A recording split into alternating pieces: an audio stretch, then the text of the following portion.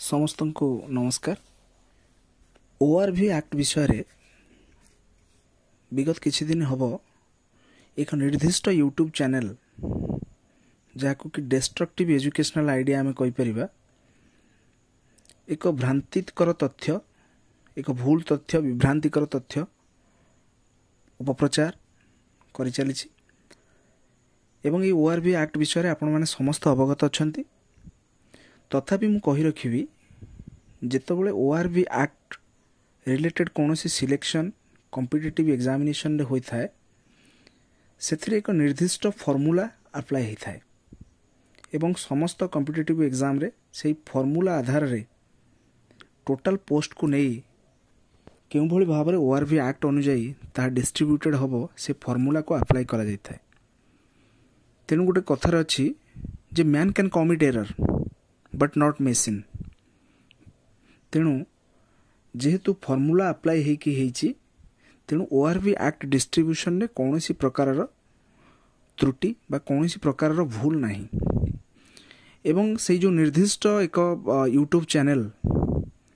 जहाँ कि destructive educational idea आमे कहि परिबा से प्रकारांतरे यही नियुक्ति प्रक्रिया को बंद करिवा पई एक साजिश से आरंभ करिछि एवं आपण माने निश्चिंत जो मेरिट लिस्ट बाहरी थिला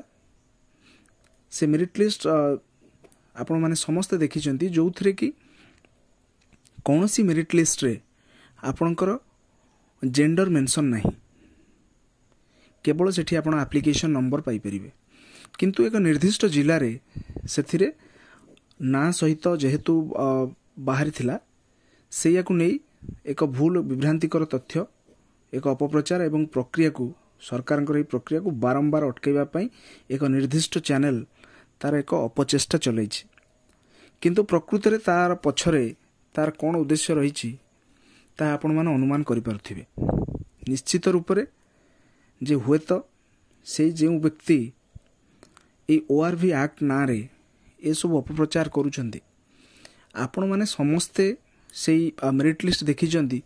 एवं से मेरिट लिस्ट रू कौनसी प्रकार आपण जानि परिबेनी जे एथिरे केते संख्यक मेल फीमेल रहिचंती एवं जेहेतु यह स्टेट लेवल सिलेक्शन हेची ओवरऑल 18,000 समथिंग पोस्ट जो अच्छी ओवरऑल पोस्ट उपरे ताहा ओआरवी एक्ट अप्लाई करा जायछि किंतु गोटे जिला को देखी आमे टोटल 18,000 उपरे कौन हेची आमे ताकू कहि परिबा नहीं। तेणु ओआरवी एक्ट रे कौनसी भूल नहीं जदि एभरी भूल थिला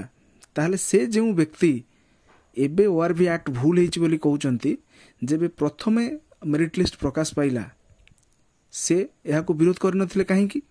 ना से जो प्रथम थर जो केस हेइथिला ता प्रक्रियाटी बंद हेकी रहिथिला तेणु से खुशी थिले तेणु तांको आउ किछि खियो खोजिबा को मिल नथिला किंतु वर्तमान जेहेतु प्रक्रिया चलीछि एवं एई प्रक्रिया रे से निर्दिष्ट चैनल रो किछि छात्र छात्री बा जो माने से चैनल ले एक शैक्षिक व्यापार से चलैचंती से माने बोध हुए पाइनांती बा निजे अप्लाई करिचंती से पाइनांती बा तांकर संपर्क किए अप्लाई करिचंती से पाइनांती जहा फल रे से पिलांको मतई पिलांको भंडे एवं पिलांको भ्रांतिकर तथ्य देई एई ओआरवी एक्ट ना रे पुणी एही प्रक्रिया को विलंब करिया पई गोटे अपप्रयास करि चलिछि। आपण माने गोटे लेमैन हिसाब रे चिंता करंतु मु ओआरवी एक्ट विषय रे कहिबिनी लेमैन हिसाब रे आपण कहंतु जेतबेले 18,000 समथिंग पिलांकर जेंडर जणा नाही आपण केवल गोटिए जिला को देखी आपण केमिति कहि परिबे जे एठी ओआरवी एक्ट उल्लंघन हेछि एवं पुणी तरे कहि रखिबी ओआरवी एक्ट रो फॉर्मूला अछि जहा कि से फॉर्मूला अप्लाई करिदेले ऑटोमेटिक जेतिकी रहिबा कथा से माने सेही अनुसार फिल्टर हे जिवे। तेणु एथिरे कौनसी भूल हेनी आपण भ्रांति रे पड़ंतुनी कौनसी प्रकार भूल पदक्षेप नियंतुनी एवं एभली विभ्रांतिकर खबर प्रचार करुथिबा सेही चैनल विरुद्ध रे एकजुट हुंतु एवं तांको दृढ़ जवाब दियंतु। धन्यवाद। समस्त को नमस्कार। ओआरवी एक्ट विषय विगत किछि दिन हब एक निर्दिष्ट यूट्यूब चैनल जहाँकु कि डिस्ट्रक्टिव एजुकेशनल आइडिया आमे कहि परिबा एक भ्रांतिकर तथ्य एक भूल तथ्य विभ्रांतिकर तथ्य अपप्रचार करि चलिछि ଏବଂ এই ORB ଆକ୍ଟ ବିଷୟରେ ଆପଣମାନେ ସମସ୍ତେ ଅବଗତ ଅଛନ୍ତି। ତଥାପି ମୁଁ କହି ରଖିବି ଯେତେବେଳେ